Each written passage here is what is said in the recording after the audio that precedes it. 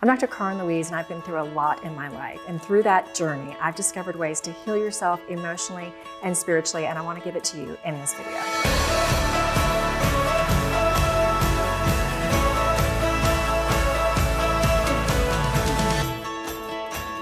First step in your pathway to healing emotionally and spiritually is to ask yourself, are you ready to do it?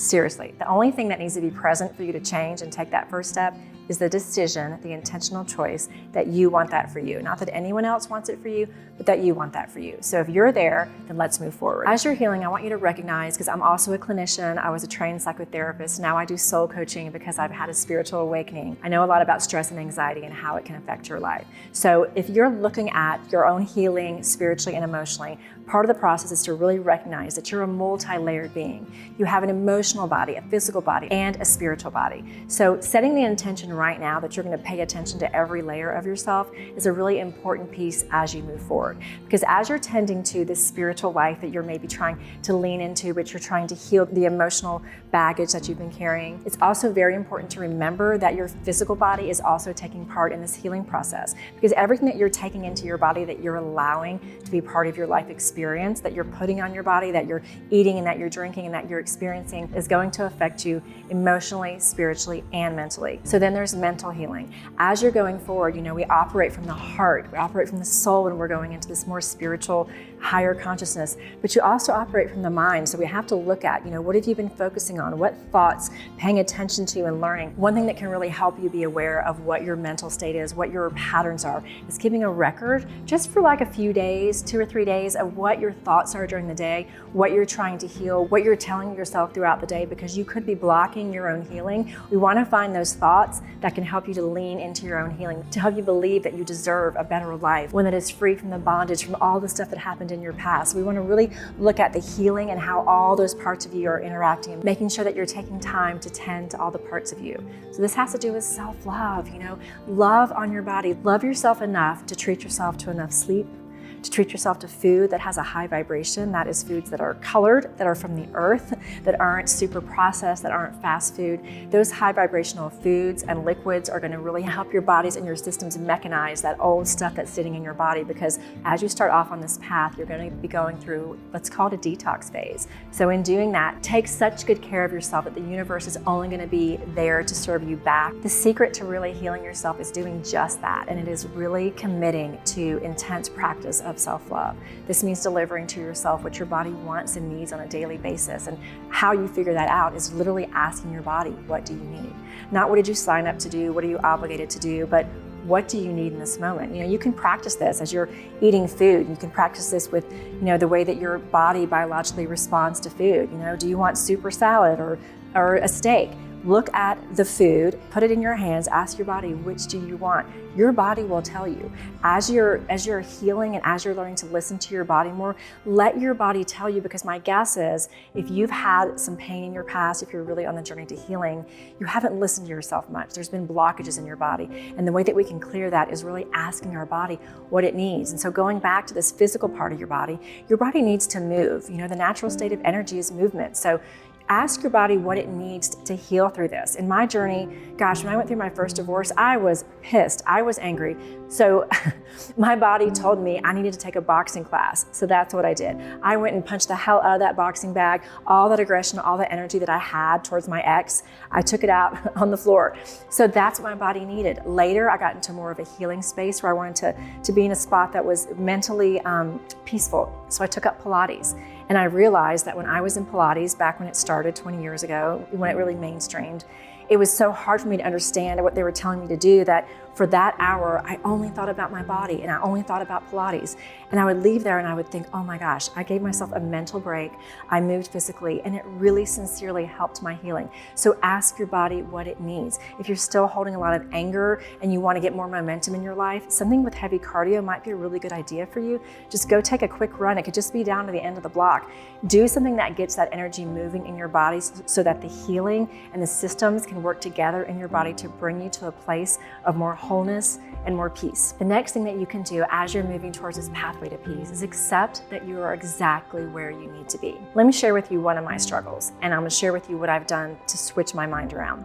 So I might be older than you think. I'm not gonna exactly share my age here, but let's say 50-ish. I have struggled a lot in this stage of my life, in my spiritual awakening, thinking back, like, why didn't I discover this stuff earlier? Like, I would be such a badass if I discovered this at 20 or 30. And by the way, if you're 20, if you're in your 20s or 30s and watching this, good for you. That's amazing that you're getting this jump start. Because I look back all the time and I think, God, if I'd only just, left that marriage, and if I'd only, all the stuff, right? Regret, shame, the lowest vibrational point of consciousness. I'm putting myself in such a bad state that it's not helping, it's making me feel bad. So what I've done, instead of looking back and wish that I was in a different place, is I've learned to be like, I'm exactly where I'm supposed to be. My journey has had a meaning and has had a timeline that has been the exact divine timeline that my soul chose. Because the fact that I'm sitting with you here with the knowledge that I have, that's sacred, that's beautiful, that's not a coincidence, it's a synchronicity. Had I not been through those 50 years of experience and learning and failing and getting back up and all of that,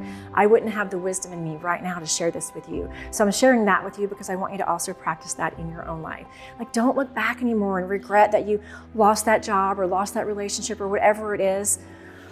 Have the mantra embedded in your soul that I'm exactly where I'm supposed to be, and trust the universe. As you're leaning towards healing, there has to be a trust in place that you're being divinely guided, because you are 100% of the time. You are not going through all of this stuff to get to a place that recurs, that has a recurring theme.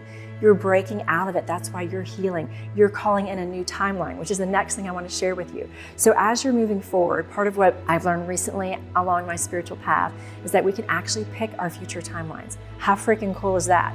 We have upgraded so much spiritually, so much more so when I had my awakening. The energies and frequencies that are available to you that you can get access to right now literally give you, and I know this is really quantum, and if this is too much for you right now, save this video and come back to it when you're ready to hear it. You can actually pick your future timelines by creating them right now in the now as you are healing. Do you want a timeline that's going to reactivate that old pain, put you through another experience that repeats that? No. In this moment, you can claim, so when you're in your meditation, there are a ton of different ways you can activate this, but you can simply do it by writing it down.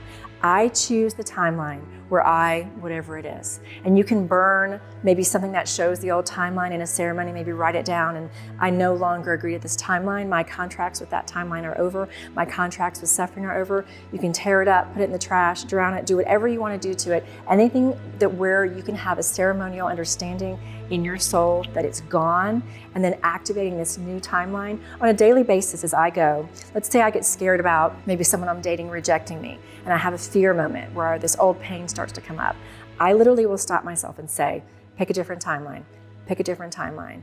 And I'll block out that fear, worst case scenario, right? And I just say, I pick the timeline, and it may be this person that I'm dating right now, or it may be someone in the future. I just say, I pick the timeline where I'm loved. I pick the timeline where I'm at peace. I pick this timeline. I negate any attachment to the other timeline. It's as simple as that.